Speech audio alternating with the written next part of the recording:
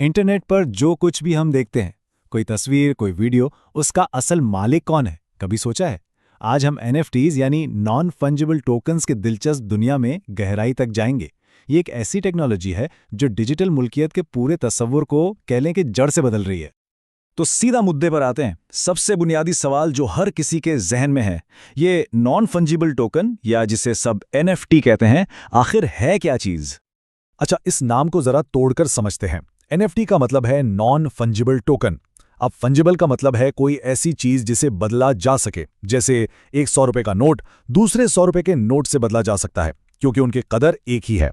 लेकिन non fungible का मतलब है कोई ऐसी चीज जो बिल्कुल मुनफरिद हो, बेमिसाल, जैसे मोनालिसा की असल पेंटिंग। इसकी कोई दूसरी कॉपी नहीं हो सकती, है ना?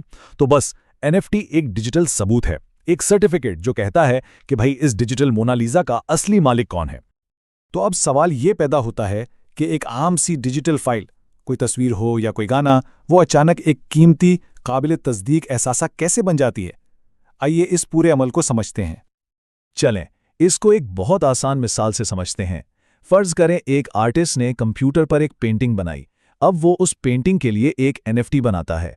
यहां आता है ब्लॉकचेन का जादू। ब्लॉकचेन, जो एक तरह की डिजिटल खाता बुक है जिसे कोई बदल नहीं सकता, वो इस बात की गवाही देता है कि ये पेंटिंग असल है।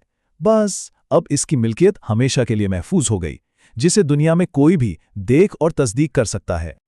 ठीक है, हमने ब्लॉकचेन का जिक्र तो कर लिया, लेकिन ये टेक्नोलॉजी असल में है क्या और काम कैसे करती है?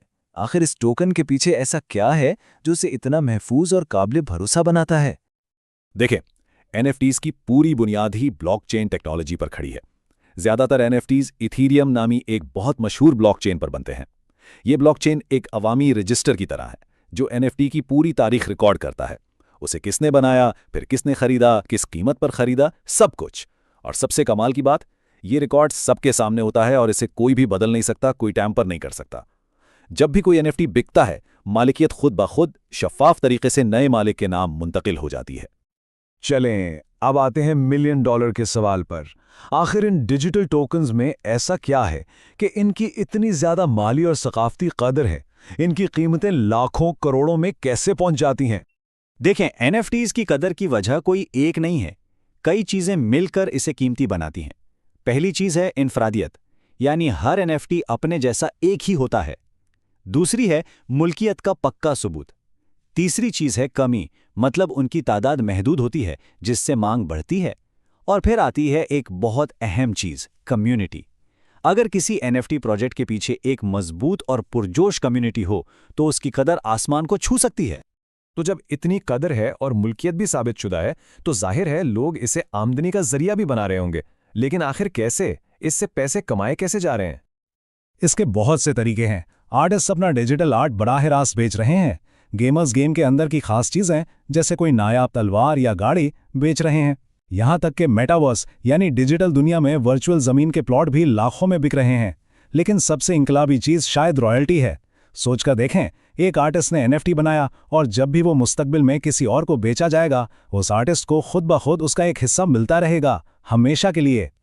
लेकिन ठहरिए, कहानी का सिर्फ एक रुख नहीं होता। ये सब कुछ सुनने में बहुत अच्छा लगता है, लेकिन इस चमक दमक के पीछे कुछ बहुत संगीन खतरात भी हैं जिन्हें नज़रअंदाज करना, कह लें कि बड़ी बेवकूफ़ी होगी। ये बात जहन में रखना बहुत बहुत ज़रूरी है कि एनएफटी मार्केट में हर कोई अमीर नहीं बनता। हकीकत यह है कि यह एक इंतहाई गैर मुस्तहकम और ख़तरनाक मैदान है, और यहाँ कामयाबी की कोई गारंटी नहीं है। सबसे बड़ा खतरा, कीमतों का बेलगाम उतार चढ़ाव। जो चीज़ आज लाखों की है, हो सकता है कल उसकी कीमत सिफर हो जाए। इसके अलावा धोखेबाज प्रोजेक्ट्स की भरमार है जो लोगों के पैसे लेकर गायब हो जाते हैं। मुनाफे की तो कोई गारंटी है ही नहीं, और इस पर से हर खरीदो फरोख्त पर गैस फीस नामी एक भारी फीस लगती है जो मुनाफे को खा सकती है। तो खुलासा ये है कि एनएफटीज ने बिलाशुबा डिजिटल दुनिया में एक इनकलाब तो बर्पा किया है और मिल्कियत के नए दरवाजे खोले हैं, लेकिन इस मैदान में कदम रखने से पहले मुकम्मल तहकीक करना, मार्केट के रुझानात को समझना और फ्रॉड से बचना इंतहाई ज़रूरी है। तो आखिर में सवाल वहीं आ जाता है जिस पर सब बहस कर रहे हैं। क्या एनएफटीज वाकई डिजिटल दुनिया में मुल्कियत का मुस्तकबिल है, या ये सिर्फ एक डिजिटल बुलबुला है जो किसी भी वक्त फट सकता है? इसका जवाब तो शायद वक्त ही देगा।